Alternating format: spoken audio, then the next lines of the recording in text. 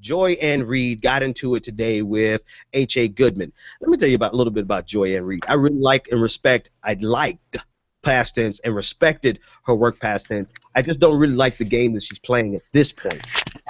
And I sometimes, still want to get her book. I still want to get her book. I'll say that now. I'll tweet that to her every time I disagree with her and post something on it.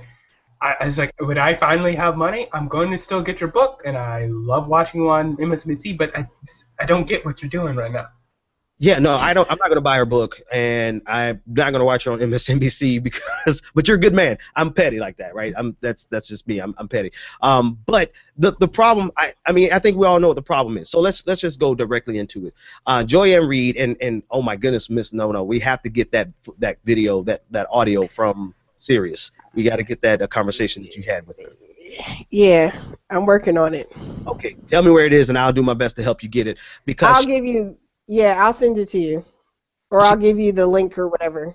Right, she's playing this game of I don't have a horse in this race. I'm unbiased in this race.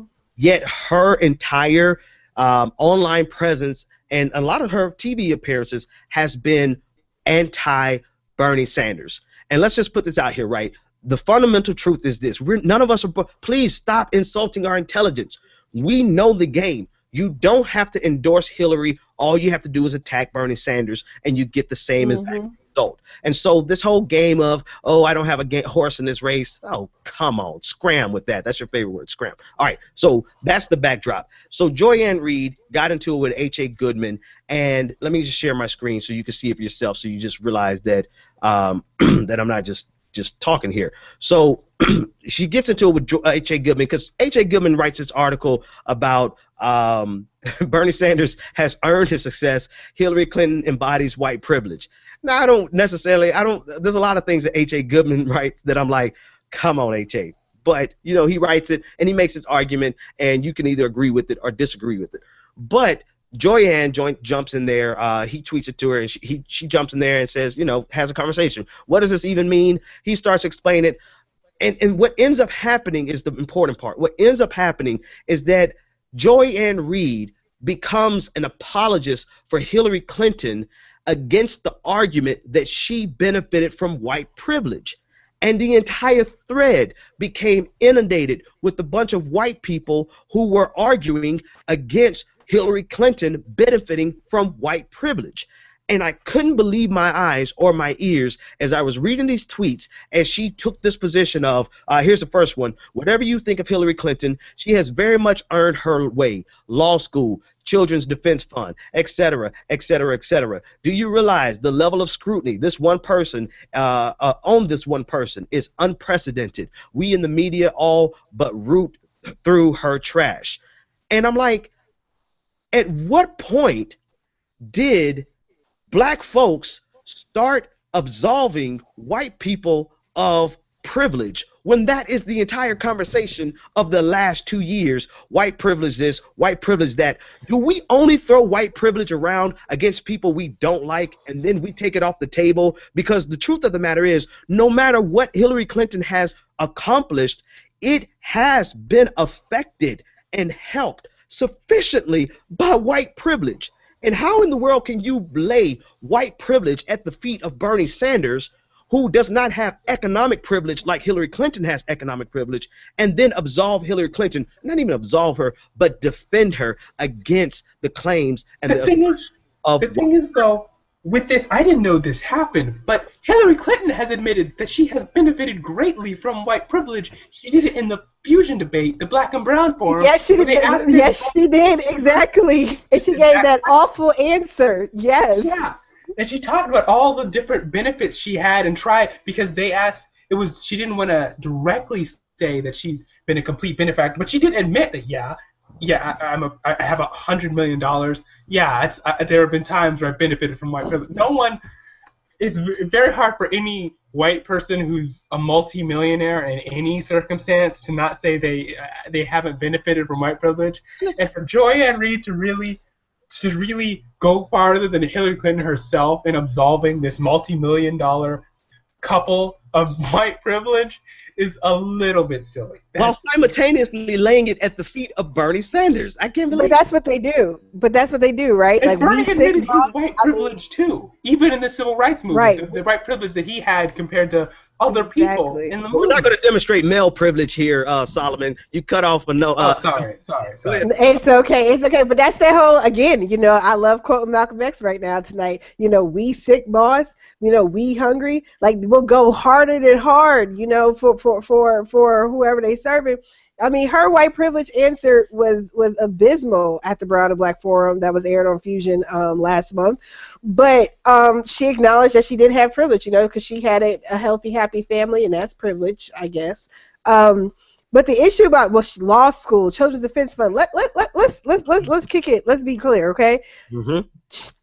Hillary was working through her white guilt coming out of her Republican years, going into college. And let's stop saying she was a Republican when she was a little girl. She stepped on campus at Wellesley as a young Republican, okay? And she only became a quote-unquote liberal because of her views in terms of the Vietnam War, not because of the Civil Rights Movement or anything else. She was opposed to the activities of SNCC and other similar organizations and did not agree with them. So that's well documented. And that's the problem I have with Joy Reid and everyone else involved, that Google, like, it's right there. Melissa Harris Perry, had written, there's a series of articles from her all across the 2000s about the issues with the Clintons, with their whole legacy, with the fact that this notion that black people did so much better under the Clintons is actually fallacy. That stuff is not conjecture. It's not an attack. It's actual documented fact that's backed up by empirical evidence. You can go look it up. I just finished reading an old 2008 article. I think it was January 2008 that Melissa Harris Perry wrote. There's tons of stuff out there. So to have all of this, and again, when I spoke to Joy Reid, like, she herself acknowledged the issues in the 2008 campaign. So I do not understand how we're now having the conversation we're having. It's like everyone has, strategic amnesia. And the thing about law school, she went to Yale Law School because her daddy paid her tuition for college.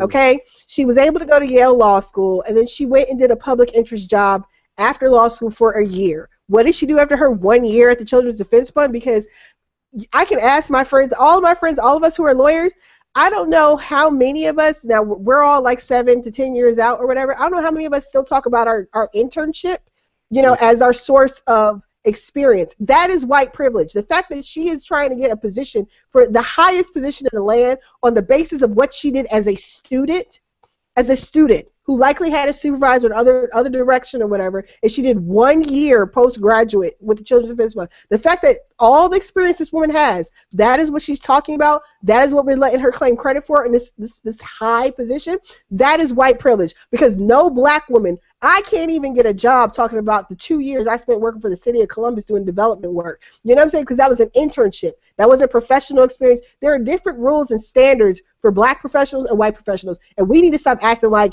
that's not true. For Latino professionals, whoever. So we need to stop, okay? I went to law school.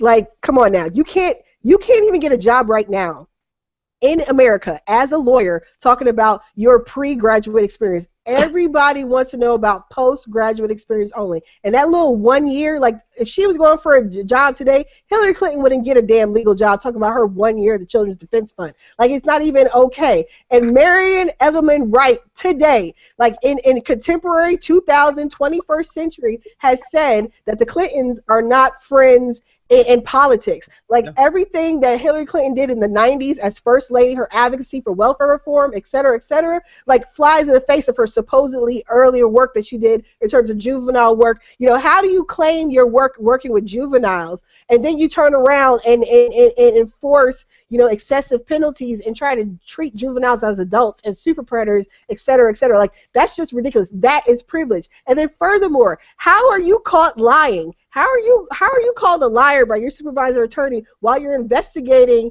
a part of the committee during Whitewater? This to me is like epitome of privilege. How are you a lawyer? How are you lying during a federal investigation and you still have a career? Not just like any job. You're not just stuck someplace in some public defender's office someplace, but you have like a good career ahead of you. That is privilege. So for people to say, oh, she's been through so much, What are you talking about? You're in the national eye. This is like this is what you guys wanted. That you asked for this, so this is what you. Right. It's like when the Kardashians complain about the media coming after them, huh? You insist on having cameras in your face all the time. You don't get to complain about the paparazzi coming after you. You probably called them up to come and get. I mean, yes, I am going in because I'm tired. That woman is not privileged, okay? She don't know nothing. Like, even last night when she tried to talk to the girl about understanding what it's like to have student loans, or when the black girl made the comment, which I don't understand where the hell that comment came from, about wearing her hair natural. She's like, well, I know something about, hairstyles. What? Are you serious? You don't know anything. I got told when I was in grad school, getting my degree in urban planning, I was told that I was going to have to cut my locks at the time because I was not going to get hired, since most of the hiring managers were white men. She has privilege. Like, please just stop. And Joy Ann Reid knows that. As a black woman trying to make it in her profession, she absolutely knows. Goldie, all the rest of them, they know. They're just trying to get along, get it in and fit in where they can. And because they want to keep a job. That's the thing that pisses me off so much about this, Anoa. First of all, let me say this quote that you alluded to by Malcolm. What's the matter, boss? We sick? That's exactly the identity that they get when they get around people that they want something from, right? They want something from Hillary Clinton. They want something from this establishment. They want something from this system that has done well by them. If nothing else, they want to maintain the position and the wealth that they have garnered from this system, to the detriment of everyone else. And so now they are, like you said, strategic amnesia. They are forgetting the fact, they want to erase the fact that Hillary Clinton is she benefits from white privilege. And I can't believe, of all of the conversations we've had over the last few years about properly defining white privilege, they now want to toss it out the window because it's inconvenient against Hillary Clinton, when Hillary Clinton, I didn't even know it was only a 1 year. I thought it was 2 years, but I had given it 2 years, but it was only 1 year at the Children's Defense Fund. And then Joy Ann Reid uses that as a justification of how hard Hillary Clinton has worked. Do you know how? And then she turns around and she goes to a firm. Let's just be real. It's not like she led a life in service and stayed in public interest and stuff like that. She goes to a firm. She worked in the Whitewater, like the ethics committee or whatever it was, and then she was on the board of Walmart. How do people skip over the years she spent with union at the height of its union busting in the 80s? How do you skip over that? Like, I don't even understand that. Like, that doesn't even make any sense. Like, how do you skip over 20 years of this woman's career? Like, I had to look up and find a copy of her resume so I could really pinpoint and understand exactly what her experience is. She spent a lot of time working at a firm. I mean, like, nothing's wrong with the firm life. I have plenty of friends who work for firms or whatever, no judgment. But at the same time, let's stop pretending to be more than what you are. Right. You and her husband, she stood by her husband while he executed a mentally incapacitated black man so that he could push himself over the top to get the vote in the 92 election. Like, let's just be real. The Clintons have been playing all of us for their own personal political gain for decades now. And we have a whole line of journalists and intelligentsia lined up. I mean, going back to the Dyson piece in the New Republic, I mean, like, it's just pathetic. It is absolutely ridiculous, and I do not care what the outcome of this race is. I'm just letting everybody know we are not backing down, and you're not getting away with this. Like, it's just not happening. Solomon, you better get in there, man. Yeah, just one. Sorry. The comparison I use is, and this is one of the things the 2008 election got me into, is what really got me into politics, that and the fact that Donna Brazile visited my school during the 2008 election, and I don't even remember what she said, but whatever she said got me into politics, and that's why no matter what, even though she's kind of funding for Hillary, I'm not going to criticize Donna Brazile because I love Donna Brazile. But the thing I use as comparison is, would the scandals and things that happened to the Clintons, would they still be able to survive if it was the Obama family? As an example, for white privilege, like, if all the scandals that happened to the Clinton family and administration, if one of those things had happened to Obama during the Obama administration, what would the difference be? And there would be a big difference. But there's one I don't even have to use a hypothetical for, and it was something that when I was in middle school made me so upset, and I still remember it so vividly. And it starts with the New Yorker. My English teacher in middle school he had every single cover of the New Yorker going back years and years and years, and he put them on the walls of the classroom. And that controversy came up during the '08 election where Michelle had the mistake of actually forming political opinions and having some semblance of political ambition. Right. And the media apparently didn't like that, and the New York Times made that cover of Michelle and Obama, the militant. Was that the New Yorker? Michelle, yeah, the New Yorker. And I asked him not to post that cover on his wall ever, and he said he will.